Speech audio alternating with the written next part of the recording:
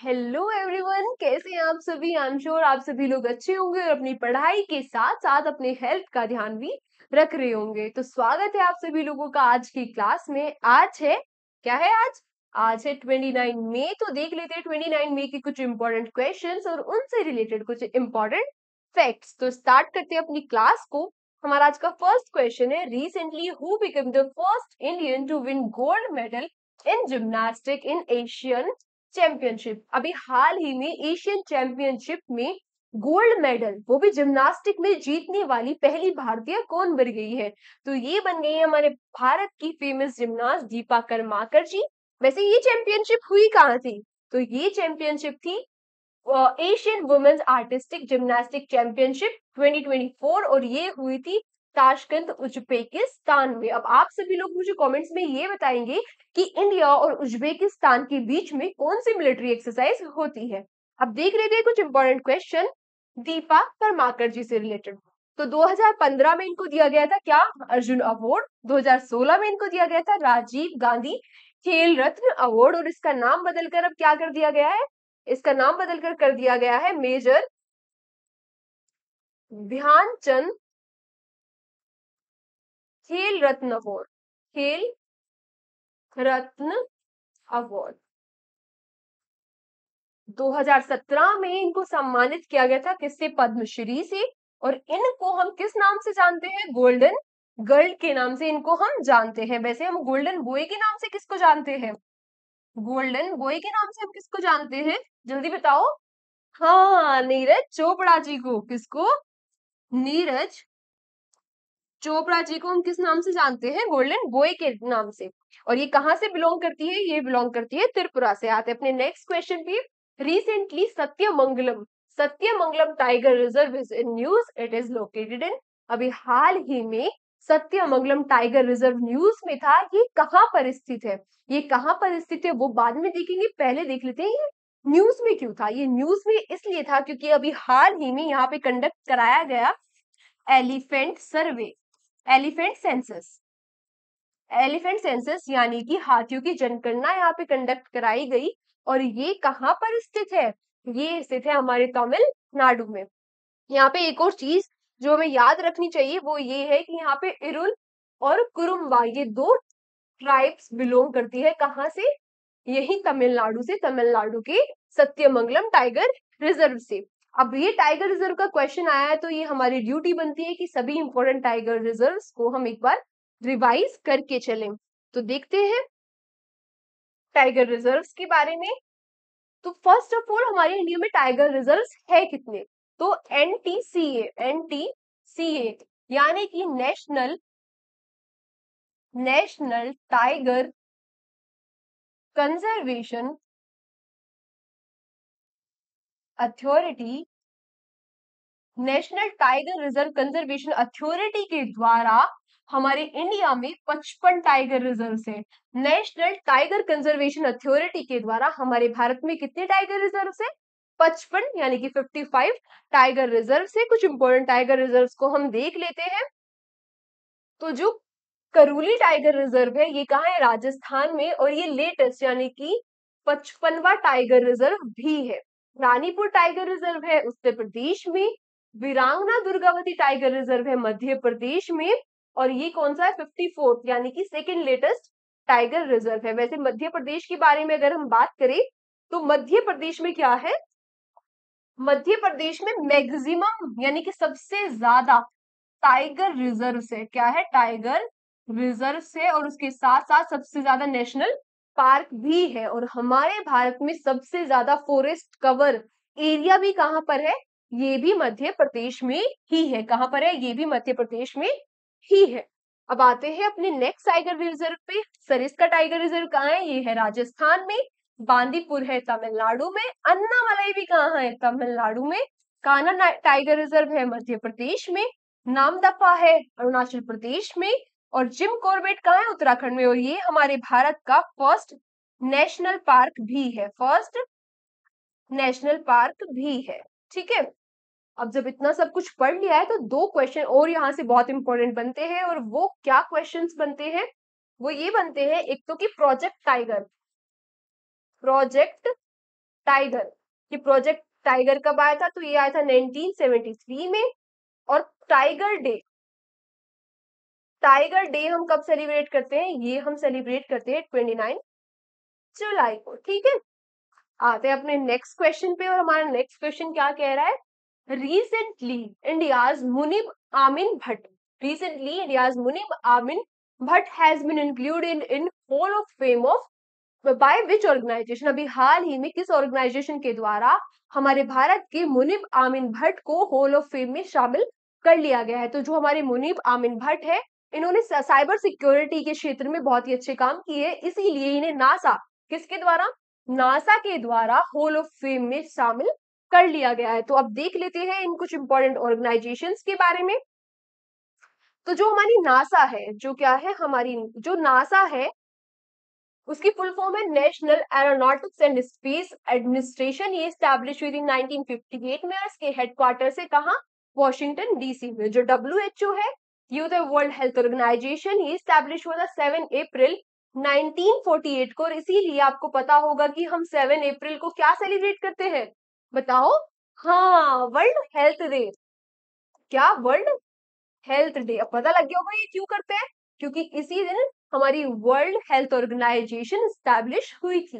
इसके हेडक्वार्टर से Geneva, Switzerland में। जो हमारा इसरो है, ये क्या होता है? Indian Space Research Organisation. ये स्टैब्लिश या हुआ था 15 अगस्त 1969 में। इसके हेडक्वार्टर से बेंगलुरु कर्नाटका में। और इसके चेयरमैन कौन है? एस सोमनाथ जी। ये आप सभी लोगों को पता होना चाहिए था। जो हमारा वर्ल्ड बैंक है, ये कब स्टैब्लिश हुआ? ये 1944 में स्टैब्लिश हुआ। हेडक्वार्टर है वॉशिंगटन डीसी में। और प्रेसिडेंट कौन है? अजय बंगा जी। आते हैं अपने नेक्स्ट क्वेश्चन पे। Recently discovered Gillies 12b is a, जो अभी हाल ही में जो गिलिस 12b है, ये डिस्कवर किया गया है। ये है क्या? अब ये है क्या उस पर बाद में आएंगे, पहले देख लेते हैं इसको डिस्कवर किसने किया।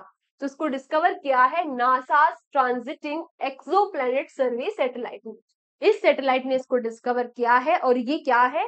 ये है एक अर्थ साइज्ड, ये हमारी अर्थ के साइज का एक एक्सोप्लैनेट है। एक्सोप्लैनेट का मतलब क्या हुआ? एक्सोप्लैनेट का मतलब ये हुआ कि ये हमारे सोलर सिस्टम का प्लैनेट नहीं है, ये हमारे सोलर सिस्टम के बाहर का प्लैनेट है, लेकिन ये हमारी पृथ्वी के साइज का है। ये कितना दूर है? कितना दूर है? ये है 40 लाइट ईयर दूर। कितना दूर है? 40 लाइट ईयर दूर है। अब हमारे सोलर सिस्टम के बारे में बात हुई है, तो एक बार कुछ फैक्ट्स देख लेते हैं, कुछ अपने सोलर सिस्टम के बारे में। तो ये हो गया हमारा क्या? सन। ये हो गया हमारा सन।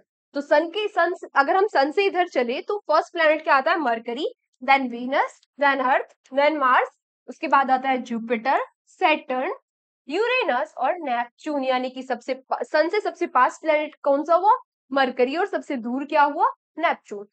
अगर अब हम देखें कुछ एक दो चीजें और देख ले, तो जो हमारा वीनस है, इसको हम क्या कहते हैं?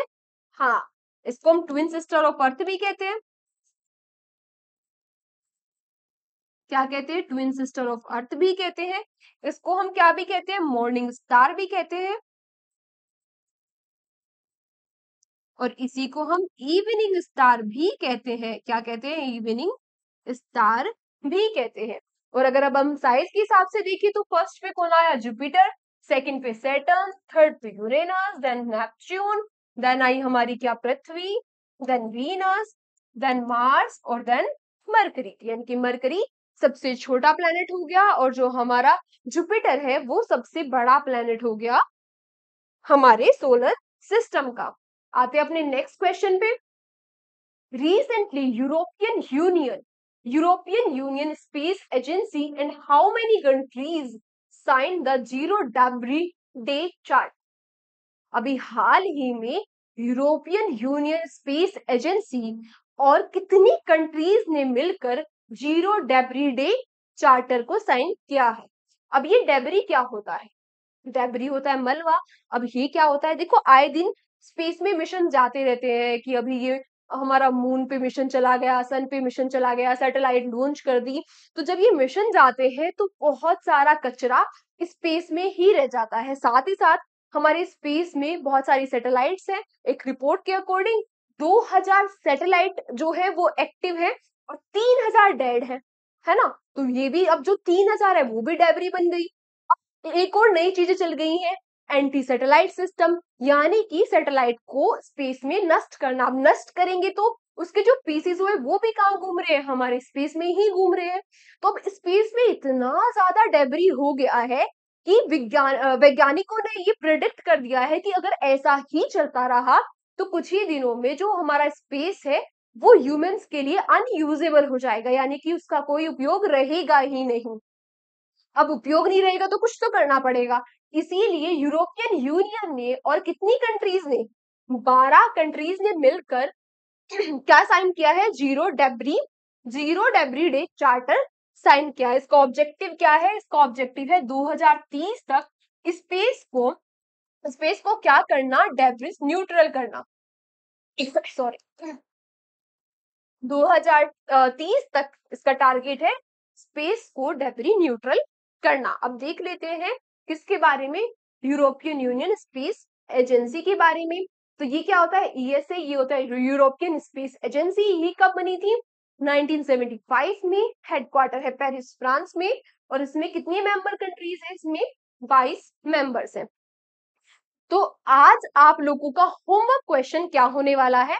आप लोगों का होमवर्क क्वेश्चन होगा डीआरडीओ के बारे में।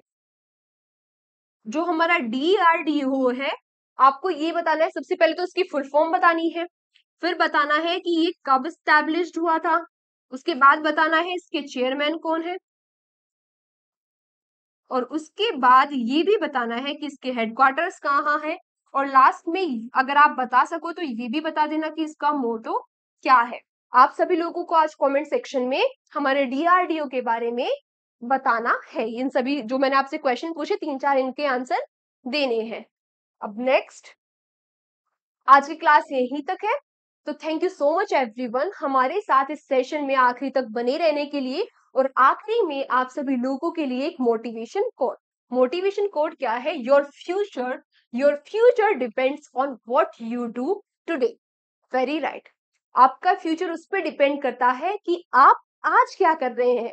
अगर आप आज कुछ नहीं कर रहे हैं, जिंदगी के मजे ले रहे हैं, तो आपका भविष्य भी ऐसा ही होगा। बाद में चल के जिंदगी आपके मजे ले लेगी, है ना? लेकिन अगर आप आज किसी लाइब्रेरी में बैठकर या फिर अपने घर के किसी कोने में बैठकर पूरी डेडिकेशन के साथ मेहनत कर रहे हैं, तो आपका भविष्य भी बहुत ही ब्राइट होने वाला है, बहुत ही सक्सेसफुल होने वाला है। तो इसीलिए अपने आज को बेहतर बनाएं, अपने आज को बेहतर बनाने पे काम करें, अपने आज को यूटिलाइज करें। ठीक है?